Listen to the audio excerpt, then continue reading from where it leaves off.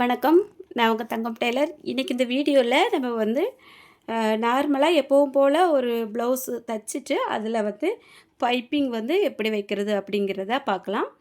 இது வந்து நிறைய பேருக்கு தெரிஞ்சிருக்கும். இருந்தாலும் புதுசாக தைக்கிறவங்களுக்கு இந்த மெத்தட் வந்து ரொம்பவே யூஸ்ஃபுல்லாக இருக்கும். ஏற்கனவே நம்ம சேனலில் வந்து நான் அப்லோட் பண்ணியிருக்கேன்.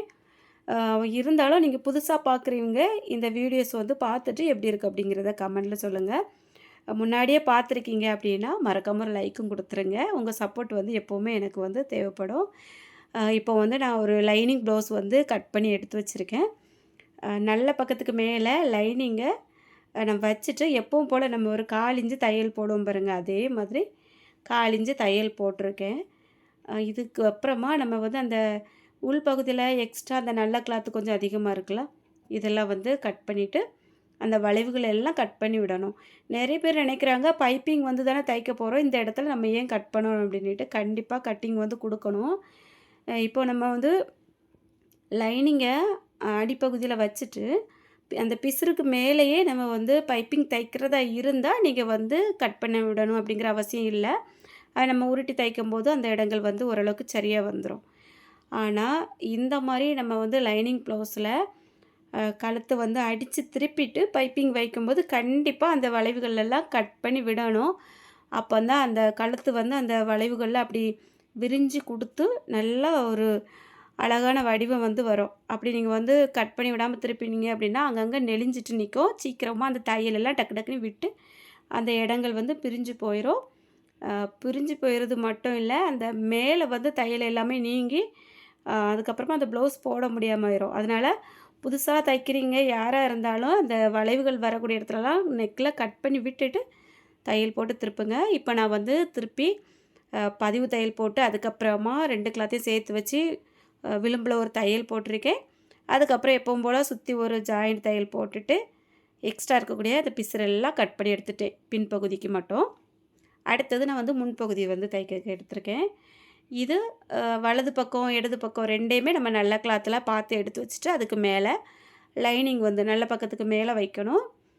கழுத்து பகுதி எப்போவுமே நம்ம தைக்கக்கூடிய அளவு வந்து 1/4 இன்ச்சு. அந்த 1/4 இன்ச்சுக்கே தையல் போட்டு இந்த மாதிரி நம்ம எக்ஸ்ட்ரா கொஞ்சம் கிளாத் இருந்தது அப்படின்னா அதை அப்படியே கட் பண்ணி எடுத்துக்கிடணும். எடுத்துட்டு அதே மாதிரி தான் இந்த இடங்கள்லையும் வளைவுகளில் கட் பண்ணி விடணும். 2 கழுத்துலையுமே கட் பண்ணி விட்டுட்டு லைனிங்கை மட்டும் நம்ம வந்து அப்படி விரித்து வச்சுட்டு எட்ஜில் ஒரு தையல் லைனிங்கில் மட்டும் போடணும். 2 பக்கமும் அதே மாதிரி போட்டுவிடுங்க. இந்த மாதிரி தையல் போடும்போது ஒரு சில பேர் என்ன பண்ணுறாங்க அப்படின்னா, நம்ம வந்து அந்த உள்ளே கட் பண்ணி விட்ட பிசுறு இருக்குது பார்த்தீங்களா, அது இல்லாமல் அந்த லைனிங் பக்கத்தில் தள்ளி விட்டுட்டு தான் லைனிங்குக்கு மேலே பதிவு தையல் போடணும். நல்ல கிளாத் பக்கம் அந்த பிசுறை தள்ளி விட்டுட்டு பதிவு தையல் போடக்கூடாது. அது வந்து சரியாக வராது. அதனால் அதெல்லாம் கொஞ்சம் சின்ன சின்ன நுணுக்கங்கள் தான் கவனிச்சிட்டோம் அப்படின்னா ஈஸியாக இருக்கும். ரொம்ப நீட்டாக வரும். அடுத்தது வந்து நம்ம பின் கழுத்து இப்போ ஏற்கனவே வந்து முடிச்சு வச்சுருந்தோம். அந்த ஷோல்டரையும் இந்த ஷோல்டரையும் ஜாயின் பண்ணணும். அப்போ ஷோல்டர் வந்து பிசுறு தெரியாமல் ஜாயின் பண்ணணும். நான் வந்து எப்படி ஜாயின் பண்ணுறேன் அப்படிங்கிறத பார்த்துடுங்க. இதுக்கான வீடியோவும் நம்ம சேனலில் இருக்குது. தெளிவாக நான் வந்து வீடியோ கொடுத்துருப்பேன். ஆனால் பழைய வீடியோக்குள்ளே இருக்கும். ப்ளேலிஸ்ட்டில் டிப்ஸ் வீடியோவில் இருக்கும். போய் பார்த்துக்கோங்க. நீங்கள் கொஞ்சம் தேடி பார்க்குற மாதிரி தான் இருக்கும். ஏன்னா கொஞ்சம் வீடியோக்கள் எல்லாம் தள்ளி தள்ளி விட்டு கொஞ்சம் அடியில் தான் இருக்கிற மாதிரி இருக்கும். அதனால் கவனித்து பார்த்துக்கோங்க. 2 பக்கமும் அதே மாதிரி நான் வந்து இந்த பிசுறு தெரியாமல் ஷோல்டர் வந்து ஜாயின் பண்ணி எடுத்துக்கிட போகிறேன். அதுக்கப்புறமா நம்ம அந்த முன்கழுத்தில் விளிம்பில் ஒரு தையல் லைனிங் வந்து மேலே தெரியாத அளவுக்கு போட்டிருக்கேன். பாருங்கள் நீட்டாக இருக்குது. அந்த எங்கே நம்ம ஷோல்டர் வந்து ஜாயின் பண்ணியிருக்கோம் அப்படிங்கிறதே தெரியாது. அந்தளவுக்கு அழகாக இருக்கும். பிசுறு தெரியாது. சூப்பராக இருக்கும். நீங்கள் இதே மாதிரி நிறைய பேர் இப்போ தைக்கிறாங்க. முன்னாடி நிறைய பேருக்கு தெரியாமல் இருந்தது. அந்த டைமில் நான் வந்து வீடியோஸ் வந்து இதுக்குன்னு தனியாக கொடுத்துருக்கேன். இப்போவும் புதுசாக எல்லாருமே வந்து அப்பப்போ ஒரு புதுசாக தையல் பழகிட்டு இருக்கவங்களுக்கு எதுவுமே தெரியாமல் தான் வருவாங்க. அவங்களுக்கெல்லாம் இந்த விஷயங்கள் வந்து யூஸ்ஃபுல்லாக இருக்கும். அப்படிங்கிறதுக்காக தான் திரும்பவும் நம்ம வந்து இந்த மாதிரி வீடியோக்கள் வந்து அப்லோட் பண்ணலாம் அப்படிங்கிறதுக்காக எடுத்திருக்கேன். எப்போவுமே எல்லா வீடியோக்களையும் யாராவது ஒருத்தருக்கு ஒரு சின்ன டிப்ஸாவது தேவைப்படும். அதுக்காக தான். யாருக்கு இந்த வீடியோ யூஸ்ஃபுல்லாக இருந்தது அப்படிங்கிறத மறக்காமல் கமெண்ட்டில் சொல்லுங்கள். இப்போ நான் வந்து அந்த முன்பக்கம் இருக்குல்லையா, அதை ஃபுல்லாகவே சுற்றி ஜாயின் தையல் போட்டுட்டு லைனிங்கை விட்டு எக்ஸ்ட்ரா நிற்கக்கூடிய நல்ல கிளாத்தை கட் பண்ணி எடுத்துக்கிட போகிறேன். அதுக்கப்புறமா நம்ம நார்மலாக எப்பவும் போல் லைனிங் இந்த பட்டி தைக்கிறது, டாட் பிடிக்கிறது அதெல்லாம் தைச்சிக்கிடலாம். அதுக்கு முன்னாடி நான் வந்து இந்த பைப்பிங் வந்து வைக்க போகிறேன். சேரீலேருந்து கொஞ்சம் கிளாத்து கட் பண்ணி எடுத்திருக்கேன். கிட்டத்தட்ட ஒரு 7 இன்ச் அளவு எடுத்தால் போதும். இதோட அகலம் பார்த்தீங்கன்னா, ஒரு 1 1/4 இன்ச்சு இருக்கணும். நான் எப்படி கட் பண்ணுறேன் அப்படின்ட்டு பாருங்கள். கிராஸாக கட் பண்ணணும். கிராஸாக கட் பண்ணா மட்டும் தான் அந்த பைப்பிங் நல்லா வரும். நேர் பீஸில் வைக்க முடியாது. அது வந்து அந்த வளைவுகள் எல்லாம் சரியா வராது. அதனால இந்த மாரி கிராஸாக கட் பண்ணி எடுக்கணும். 1 1/4 இன்ச்சு அகலம் இருக்கணும் இந்த பீஸ் வந்து. நான் வந்து அளக்காமயே கட் பண்ணிட்டேன். நீங்க வந்து அளந்து கட் பண்ணா தான் சரியா வரும் அப்படின்னு நினச்சிங்க அப்படின்னா, டேப் வச்சு அளந்து ஒரு ஸ்கேல் அளவுக்கு கட் பண்ணாலே கரெக்ட்டா இருக்கும். இப்போ வந்து நல்லா நீளமான ஸ்கேல் இருக்கும் இல்லையா? அந்த ஸ்கேலுக்கு ஒரு ஸ்கேல் வச்சு கட் பண்ணுங்க. அதுக்கப்புறமா அந்த பீஸ் எல்லாமே நான் ஜாயின் பண்ணுறது மாதிரியே ஜாயின் பண்ணிவிடுங்க. இந்த கிளாத்தில் பார்த்தீங்கன்னா, அந்த சாரி வந்து கொஞ்சம் அங்கங்கே அந்த க்ரீன் கலர் தெரியிற மாதிரி இருந்தது. அதனால அத கொஞ்சம் அப்படி கட் பண்ணி தட்டி விட்டுட்டு, எல்லாமே ஒரே அந்த கலர் வர்ற மாரி நான் வந்து ஜாயின் பண்ணி எடுத்துக்கிட போறேன். இந்த மாரி நம்ம ஜாயின் பண்ணும்போது, இந்த பீஸ் வந்து நல்லா நேர் பீஸா அழகா கிடைக்கும். இப்போ எல்லாம் ஜாயின் பண்ணியாச்சு. இனி ஒரு பக்கத்த வந்து மடிச்சு தையல் போடணும். நம்ம வந்து இப்படி தான் கழுத்து தைக்கிறதுக்கு ஜாயின் பண்ணுவோம் கிராஸ் பீஸ். ஆனா அப்படியே வச்சு தைப்போம் இல்லையா? பைப்பிங்குக்கு வந்து அந்த மாரி இல்ல. நான் இப்போ எவ்வளோக்கு மடிச்சு தைக்கேன் அப்படிங்கிறத பார்த்துக்கோங்க. இப்போ அந்த கிளாத்தோட அகலம் வந்து ஒரு 1 1/4 இன்ச்சு இருந்தது இல்லையா? ஒரு 1/2 இன்ச்சுக்கு அப்படி ஒரு பக்கத்தில மடிச்சு, அந்த பிசுறு கவர் பண்ணி வர்ற மாரி ஒரு தையல் போடுறேன். மற்றபடி இன்னொரு பக்கத்தில பிசுறு வந்து கொஞ்சம் அகலமா அப்படி தான் இருக்கும். அதுக்கப்புறமா அந்த தையல் போட்ட பகுதி வந்து கீழ இருக்கணும்.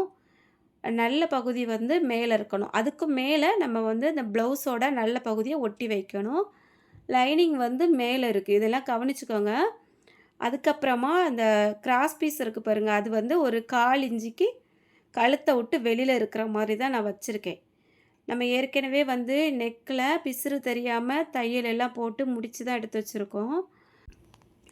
இந்த கிராஸ் பீஸ் மட்டும் தான் நம்மளுக்கு பிசுறு தெரியிற மாதிரி இருக்கும். அதனால இந்த மாரி ஒரு 1/4 இன்ச் அளவுக்கு அந்த பிசுற வந்து மேலே தள்ளி விட்டுட்டு, அதுக்கப்புறமா அந்த நெக்கில அப்படியே விளிம்புலே தையல் போட்டோம் அப்படின்னா, அந்த பைப்பிங் வந்து சூப்பரா வரும்.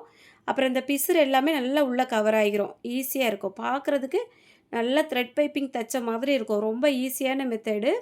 த்ரெட் பைப்பிங் கூட தனியா அத எடுத்து வச்சு கிராஸ் பீஸ்ல தச்சு, அதுக்கப்புறமா நம்ம இதில தச்சு, அப்படி கொஞ்சம் வேலைகள் இருக்கு. ஆனா, இது பாருங்க எவ்வளோ நீட்டா வருதுன்னு. அப்படி பார்க்கும்போதே நல்ல ஒரு த்ரெட் அளவுக்கு தானே இருக்கு. இந்த மாரி தைக்கும்போது ரொம்ப ஈஸியா வேலை முடியும். அதுக்காக தான் நான் நெறைய வாட்டி வந்து இந்த மாரி பைப்பிங்கே வந்து வச்சு தைப்பேன். இப்போ பாருங்க அப்படியே நம்ம வந்து அத பிசுறெல்லாம் நல்லா உள்ள தள்ளி விட்டுட்டு, அழகா உருட்டி தைச்சோம் அப்படின்னா நீட்டா வந்துரும். இந்த தையல் வந்து நம்ம அந்த சாரியோட கிளாத் வச்சுருக்கோம் இல்லையா? அந்த கிளாத்துக்கு மேல தையல் வந்து ஏறி வரக்கூடாது. ரொம்ப இறங்கியும் வரக்கூடாது.